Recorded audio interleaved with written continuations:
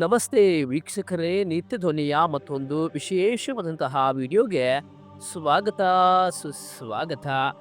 ವೀಕ್ಷಕರೇ, ನಮ್ಮ ಭಾರತೀಯ ಸನಾತನ ಧರ್ಮದಲ್ಲಿ ದೇವಸ್ಥಾನ ಎನ್ನುವುದು ಕೇವಲ ಕಲ್ಲುಗಳಿಂದ ಕಟ್ಟಿದ ಕಟ್ಟಡವಲ್ಲ, ಅದೊಂದು ಶಕ್ತಿ ಕೇಂದ್ರ.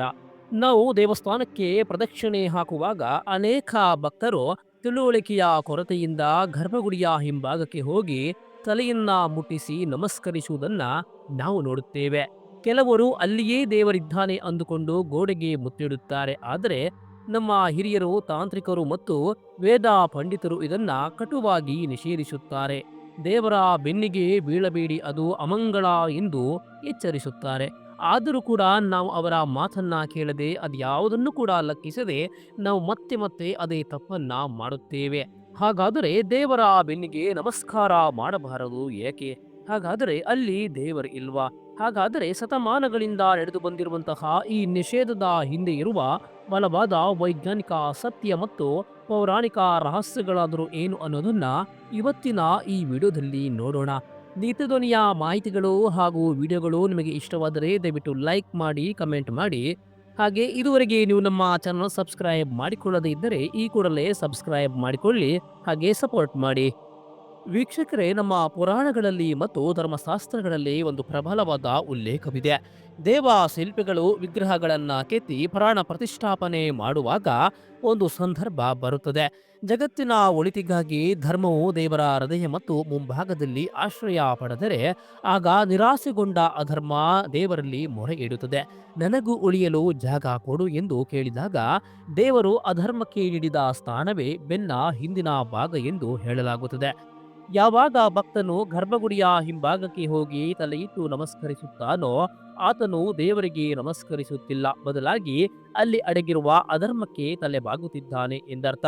ಇದರಿಂದ ಪುಣ್ಯ ಬರುವ ಬದಲು ದೋಷ ಪ್ರಾಪ್ತಿ ಆಗುತ್ತದೆ ಎಂದು ನಂಬಲಾಗಿದೆ.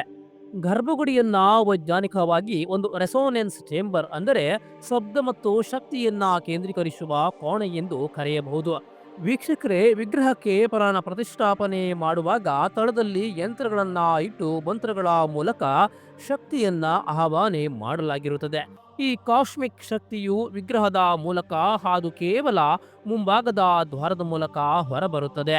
ಅಂದರೆ ಶಕ್ತಿಯ ಪ್ರಭಾವವು ಒನ್ ವೇ ಆಗಿರುತ್ತದೆ ಎಂದು ಇದರ ಮೂಲಕ ನಾವು ತಿಳಿದುಕೊಳ್ಳಬಹುದು. ವೀಕ್ಷಕರೇ, ಭೌತಶಾಸ್ತ್ರದ ಪ್ರಕಾರ ಒಂದು ವಸ್ತು ಶಕ್ತಿಯನ್ನ ಹೊರಸೂಸುವಾಗ ಅದರ ಹಿಂಭಾಗವು ನೆರಳು ಪ್ರದೇಶ ಅಥವಾ ಶಕ್ತಿಹೀನ ವಲಯವಾಗಿರುತ್ತದೆ.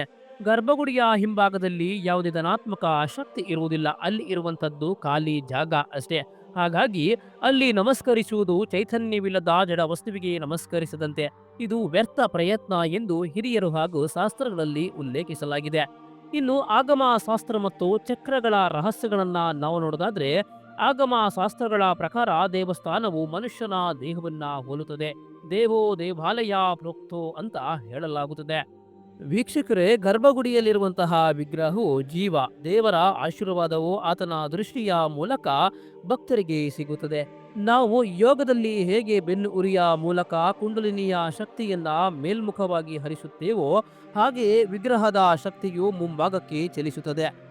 ವೀಕ್ಷಕರೇ, ದೇವರ ಬೆನ್ನು ಎಂದರೆ ಅದು ವಿಸರ್ಜನೆಯ ಭಾಗ ಅಥವಾ ತ್ಯಜಿಸಿದ ಭಾಗ ಎಂದು ಸಾಂಕೇತಿಕವಾಗಿ ಹೇಳಲಾಗುತ್ತಿದೆ.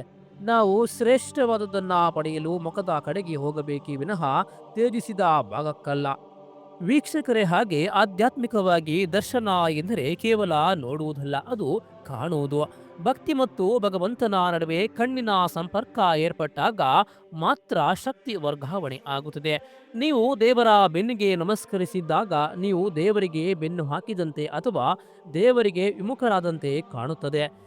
ವೀಕ್ಷಕರೇ, ಹಾಗೆ ಹಿರಿಯರು ಹೇಳುವಂತೆ ಕಷ್ಟಗಳು ಬಂದಾಗ ಎದೆಯೊಡ್ಡಿ ನಿಲ್ಲಬೇಕು, ಬೆನ್ನು ತೋರಿಸಿ ಓಡಿ ಹೋಗಬಾರದು. ದೇವರ ಬೆನ್ನಿಗೆ ನಮಸ್ಕರಿಸುವುದು ಎಂದರೆ ಸಮಸ್ಯೆಗಳನ್ನ ಎದುರಿಸಲು ನಮಗೆ ಶಕ್ತಿ ಇಲ್ಲ ಎಂಬ ಸಂದೇಶವನ್ನ ತೋರಿಸಿದಂತೆ ಆಗುತ್ತದೆ. ಹಾಗಾಗಿ ದೇವರ ಬೆನ್ನಿಗೆ ನಮಸ್ಕರಿಸಬೇಡಿ, ದೇವರ ಎದುರಿಗೆ ಬಂದು ನಮಸ್ಕರಿಸಿ ಎಂದು ಹೇಳುತ್ತಾರೆ. ವೀಕ್ಷಕರೇ, ದೇವರ ಹಿಂದೆ ಯಾಕೆ ನಮಸ್ಕಾರ ಮಾಡಬಾರದು, ಹಾಗೆ ದೇವರ ಹಿಂದೆ ನಾವು ಪ್ರದಕ್ಷಿಣೆ ಹಾಕುವಾಗ ಜಾಸ್ತಿ ಸಮಯ ನಿಲ್ಲಬಾರದು ಅಂತ ಯಾಕೆ ಹೇಳುತ್ತಾರೆ ಅಂತ ನಾವು ಈಗ ಒಂದು ಪ್ರಬಲವಾದಂತಹ ಕಾರಣವನ್ನ ನೋಡೋಣ.